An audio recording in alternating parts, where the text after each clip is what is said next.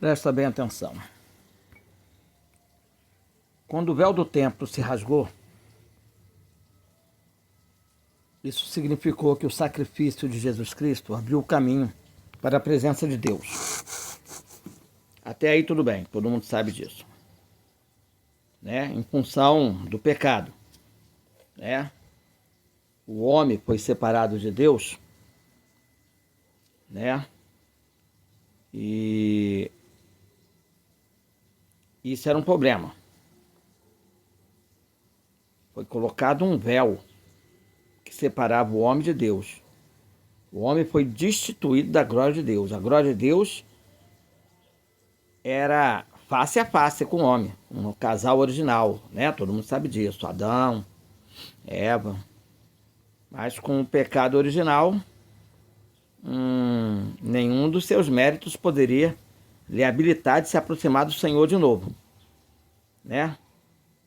Por mais que você cometesse ato de justiça, seria como trapo de imundícia.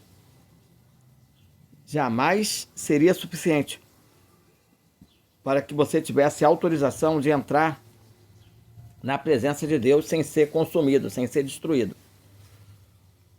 Agora, Jesus Cristo, com a sua obra redentora, com a sua morte na cruz, todo mundo sabe, proveu solução definitiva para pôr fim a essa separação.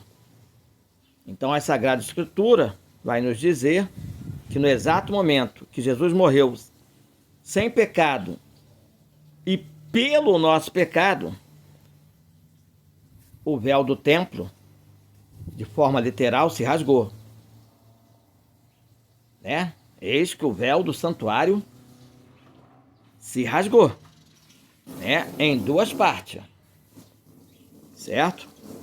Em duas partes. Então, aqui há um profundo significado, todo mundo sabe muito bem disso. Correto? Agora o que eu quero explicar para você, à luz do original grego e hebraico, que mensagem Deus quis trazer do véu do templo.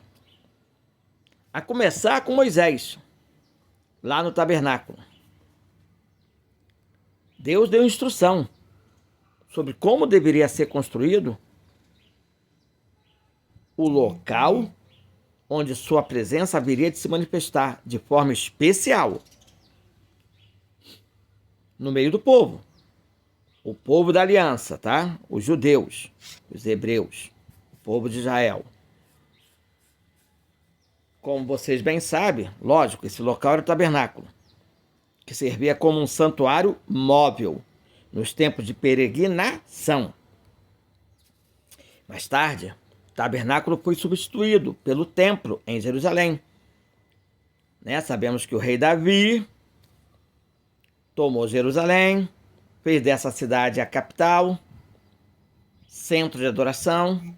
Jerusalém, já expliquei por revelação, é o Jardim do Éden, e a pedra fundamental, a rocha fundamental que hoje está o Domo Dourado, era o local inicial da fundação do mundo. Era a pedra angular da fundação do mundo, era onde Deus se manifestava para o casal original, Adão e Eva. Correto? Então é a partir dali que o mundo faz sentido. A partir dali. Beleza? Então, o rei Salomão fez o templo em Jerusalém, no Jardim do Éden, com a pedra fundamental, a pedra inicial, a rocha inicial. Você sabia que quando Deus desfazia a terra, a única coisa que ele não desfaz é a rocha eterna? Sim. Pega a visão dessa revelação. Deus desfaz a terra todinha, menos a rocha eterna. E aonde está essa rocha eterna que não vai ser desfeita? Porque até porque é eterna, é que é feito nova terra. Pegou? Essa aí, vou te ser sincero, tá? Desconheço que outra pessoa saiba. Lógico que deve saber. Deus não vai privilegiar uma pessoa só, mas eu desconheço. Tá? Eu desconheço mesmo. Mas voltando para a construção do tabernáculo e a construção do templo, nós atentamos para o véu. E esse véu que foi rasgado por ocasião da morte de Jesus Cristo, né? Ele teve orientações de como deveria ser feito. Está lá em Êxodo 26, a partir do versículo 31 ao 33. E Paulo vai falar isso em 2 Coríntios, capítulo 3, verso 14. Então, veja bem, Deus mandou que construísse um véu de cortina feita de tecido azul, púrpura, escarlate, e também tinha que ser um linho fino, de modo que essa combinação estampava figuras de querubins. Os querubins, todo mundo sabe, são os anjos guardiões da santidade de Deus. Eles têm uma figura central ali.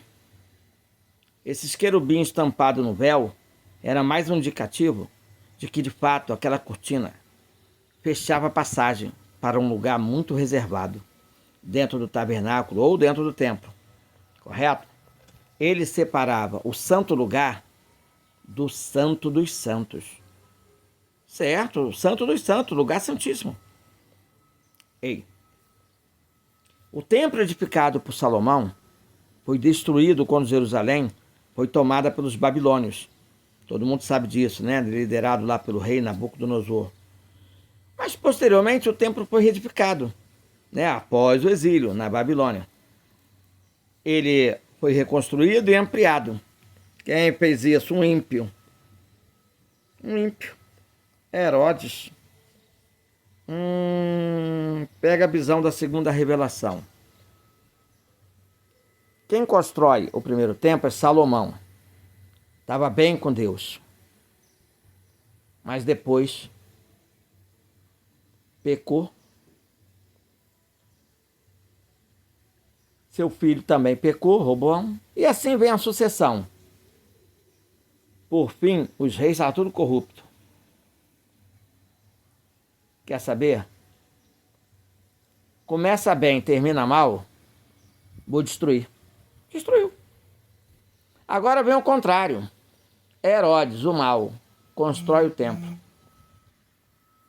Começou mal, terminou mal, né? Com seus filhos, né? Herodes, Arquelau, seus filhos todos lá. Começou mal, terminou mal, vou destruir também. Se começa bem, termina mal, eu destruo. Se começa mal e termina mal, eu destruo. O segredo é começar bem e terminar bem. Jesus começou bem e terminou bem. E o corpo de Cristo tem que começar bem e terminar bem. Se começar mal, talvez você consiga terminar bem e ser salvo. Melhor o final de todas as coisas do que o começo dela. Mas se começar mal e terminar mal, vai ser destruído. O templo agora somos nós. Nós somos o templo de Deus. E tem um véu. Nós temos um véu.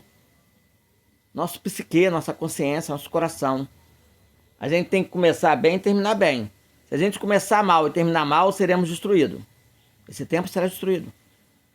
Agora, se começou mal e terminou bem, amém. Amém. Mas o certo é começar bem e terminar bem. Amém também. Certo? Então, veja bem.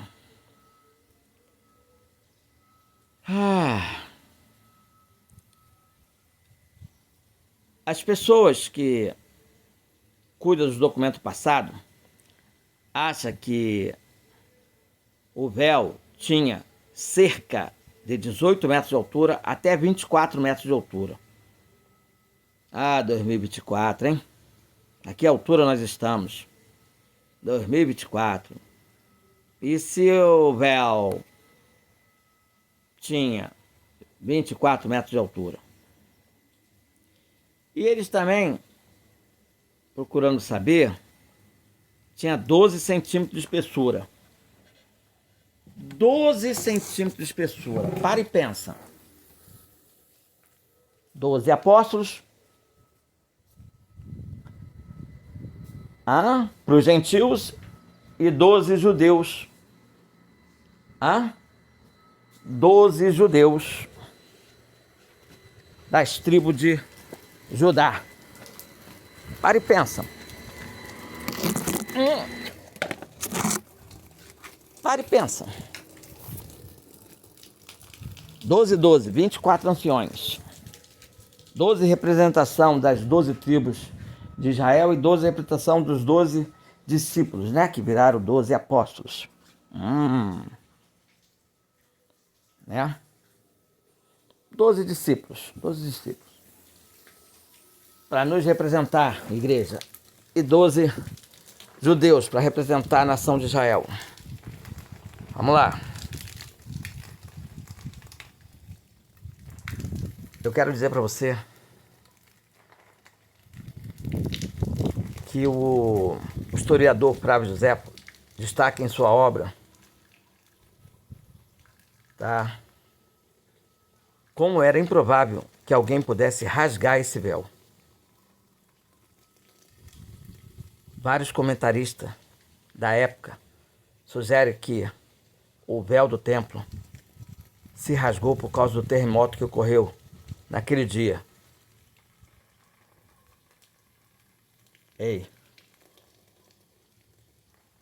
Sugerir, falar o que acha, falar o que pensa, falar o que opina, é uma coisa.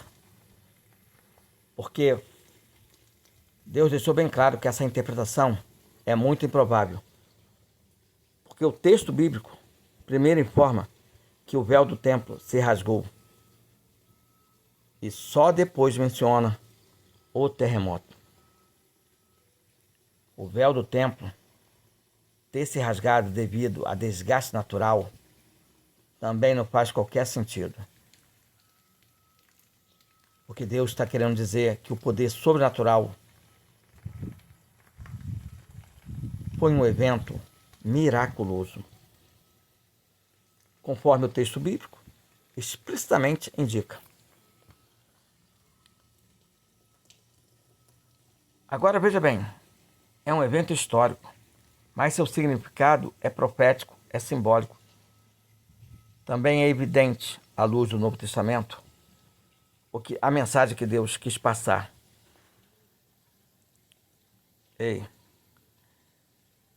Preste atenção, o véu do templo se rasgou exatamente na hora em que Jesus morreu. Na hora nona, às 3 horas da tarde. Hora nona quer dizer 3 horas da tarde. Curiosamente, esse era o período em que os sacrifícios da tarde eram oferecidos no templo.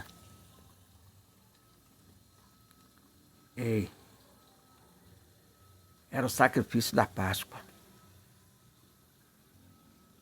O escritor da carta aos Hebreus interpreta o véu do templo se rasgando como tendo um significado simbólico e muito importante. Primeiro, ele enfatiza que o véu do templo escondia o lugar em que a presença de Deus se revelava mais intensamente, mais intimamente. Está lá em Hebreus, capítulo 9, do verso 3 ao 8. Então, de forma simbólica, o véu do templo apontava para a impossibilidade do homem se aproximar do Senhor de forma bem íntima. E somente uma vez por ano, o sumo sacerdote tinha permissão de ir além do véu e entrar no Santo dos Santos. Mas Jesus Cristo, nosso sumo sacerdote eterno, agora se designou como tendo um corpo. E esse corpo cheio de membros, inclusive eu e você. Agora o sumo sacerdote da ordem de Melquisedeque entra de forma íntima na presença de Deus, se quiser. Eu e você podemos entrar de forma íntima. E é tudo que Deus quer, intimidade. Deus quer que você ouça a sua voz, veja a sua glória, sinta o seu Shekinah, sinta o bom perfume, sinta a sua presença. Tem ações proféticas, visões proféticas, experiências de audição profética, teofania. Por completo tem a presença de Deus. Meu Deus! Você pode até ser levado ao céu e ver Deus lá, aonde Ele está. Meu Pai, meu Filho, meu Espírito Santo. Toda a obra expiatória de Jesus Cristo abriu o caminho para sermos íntimos com Deus. Mediante aos méritos de Jesus, o véu que nos separava de Deus foi rasgado. Nesse sentido, o autor da carta aos Hebreus diz que agora nós podemos e devemos buscar intimidade com o Senhor. Sabe, o véu do templo se rasgou como simbolizando a própria morte de Cristo. Tanto Jesus quanto eu e você, morrendo para o mundo de forma definitiva, nos possibilitando ser redimido e ter acesso ao Santo dos Santos, celestial.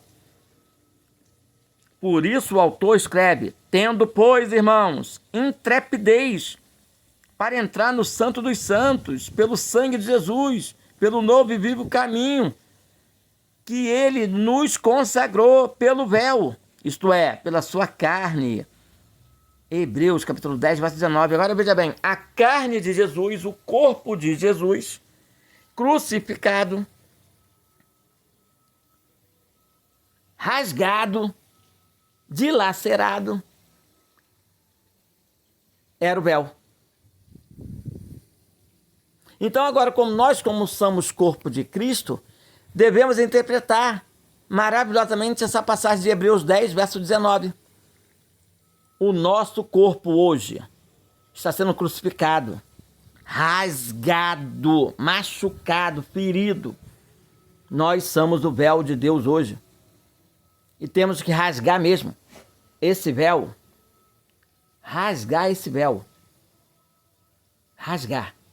Para que outras pessoas possam ter acesso a Deus pelo novo e vivo caminho que nós trazemos a Ele, pregando o Evangelho,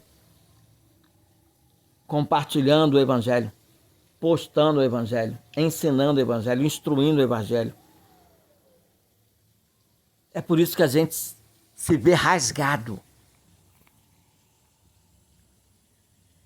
Olha que revelação estou te trazendo. O véu do templo que se rasgou era o corpo de Cristo. E quem é o corpo de Cristo hoje? Além de Jesus, eu e você. Estamos sendo rasgados para que outras pessoas possam ter acesso ao Santo dos Santos, ao santo lugar, ao lugar santíssimo, a Deus.